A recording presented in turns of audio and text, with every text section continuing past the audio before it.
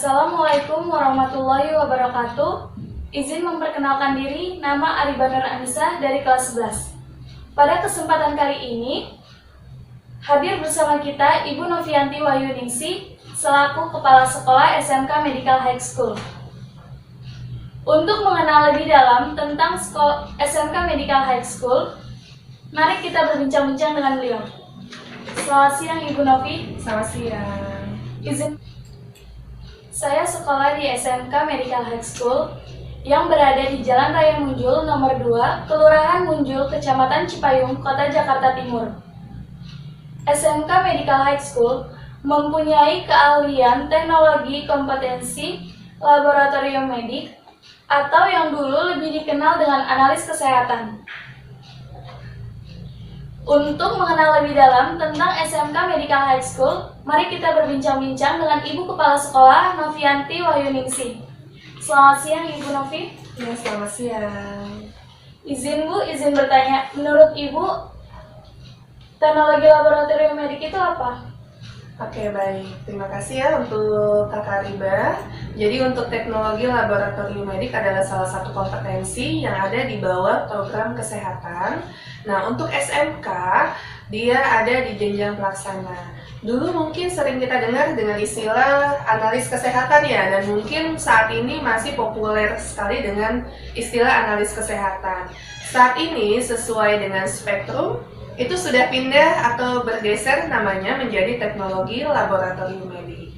Nah, kira-kira untuk pekerjaannya kurang lebih kalau laboratorium medik kami lebih ke yang kesehatan. Jadi nanti pekerjaannya di rumah sakit atau mungkin di lab klinik dan lain sebagainya. Mungkin itu yang bisa saya jelaskan. Terima kasih Bu. Izin Bu, apa itu analis secara global? Untuk analis secara global tentunya kompetensi analis adalah seseorang yang lebih ahli di bidang tersebut.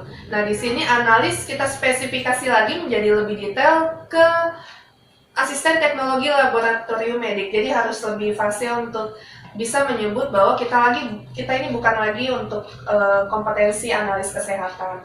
Nah, di dunia, jadi bukan hanya di Indonesia, bahwa analis kesehatan atau TLM ini disingkatnya seperti itu ya. Jadi untuk TLM ini adalah tenaga-tenaga yang memang ada di setiap rumah sakit, di setiap lab.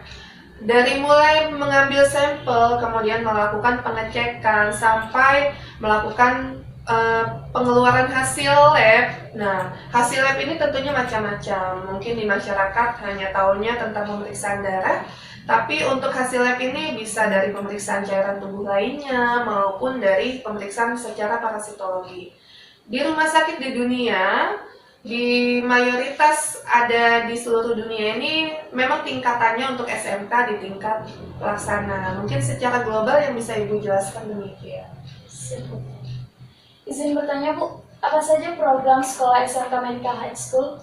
Nah, untuk program SMK Medical High School, kita ini ada di jenjang pendidikan wajib 12 tahun ya. Jadi dari pemerintah sudah mewajibkan untuk seluruh warga negara memiliki pendidikan paling tidak 12 tahun. Di sini program saya tentunya bukan hanya mencetak SMK sebagai salah satu anak yang setelah selesai sekolah kemudian langsung bekerja, bukan demikian. Tapi kami juga menyeimbangkan bahwa pendidikan itu selalu untuk membuat jadi lebih punya wawasan lebih luas. Karena SMK saat ini ada di pendidikan vokasi, jadi sudah ada logo baru, bukan hanya SMK bisa, tapi vokasi untuk kita semua. Kemudian di SMK ini nantinya termasuk Kakak Ariba punya kompetensi lebih dibanding untuk lulusan anak-anak SMA. Jadi kalau SMA setelah lulus kemudian mendapatkan ijazah, kalau SMK setelah lulus mendapatkan ijazah plus sertifikasi kompetensi. Jadi punya keunggulan lebih tentunya. Demikian. Izin bertanya Bu, sudah berapa lama Ibu menjabat sebagai kepala sekolah? Untuk tahun ini kebetulan yang ketiga tahun, dari 2018 sudah mau masuk ke 3 tahun. Untuk SMK Medical High School-nya sendiri itu sudah berdiri sejak 9 tahun yang lalu. Jadi saya adalah kepala sekolah ketiga, sebelum yang pertama adalah Pak Suharto. kemudian Pak Marjono, baru saya.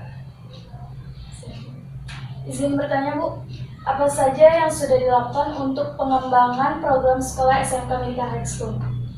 Untuk yang sudah dilakukan dalam rangka pengembangan sekolah, yaitu Ibu lebih melakukan balancing terhadap kurikulum tentunya, kemudian lebih menyadari bahwa kalian ini adalah anak-anak yang tumbuh kembangnya harus diawasi, kemudian tidak dihabiskan hanya di sekolah, di belakang meja, atau mungkin hanya dengan tugas-tugas saja tentunya.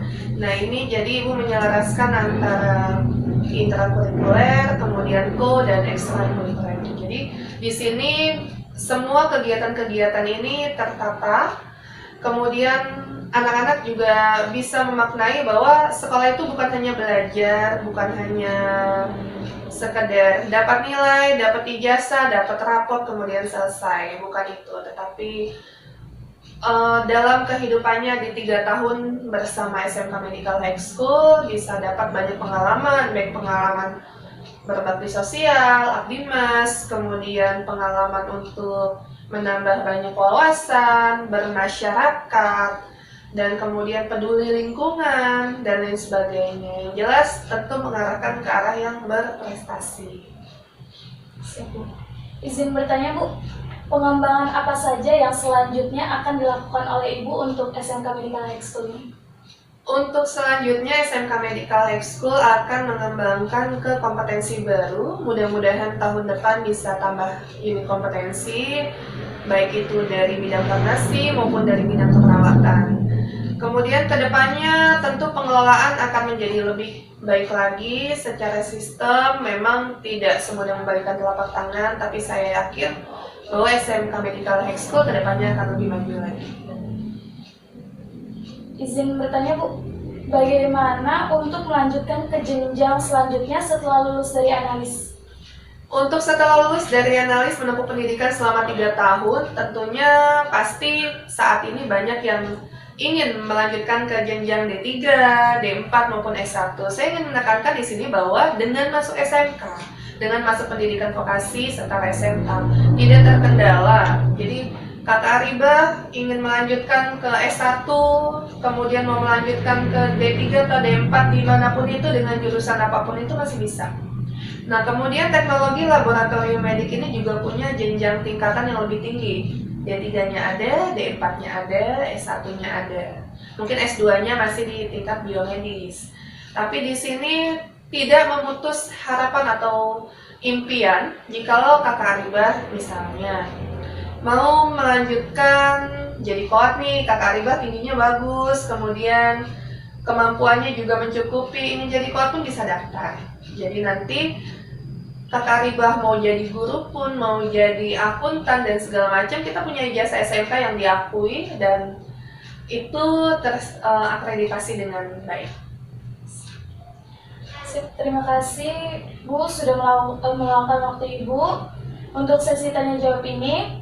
Sekian untuk pembahasan materi ini. Wassalamualaikum warahmatullahi wabarakatuh. Waalaikumsalam warahmatullahi wabarakatuh.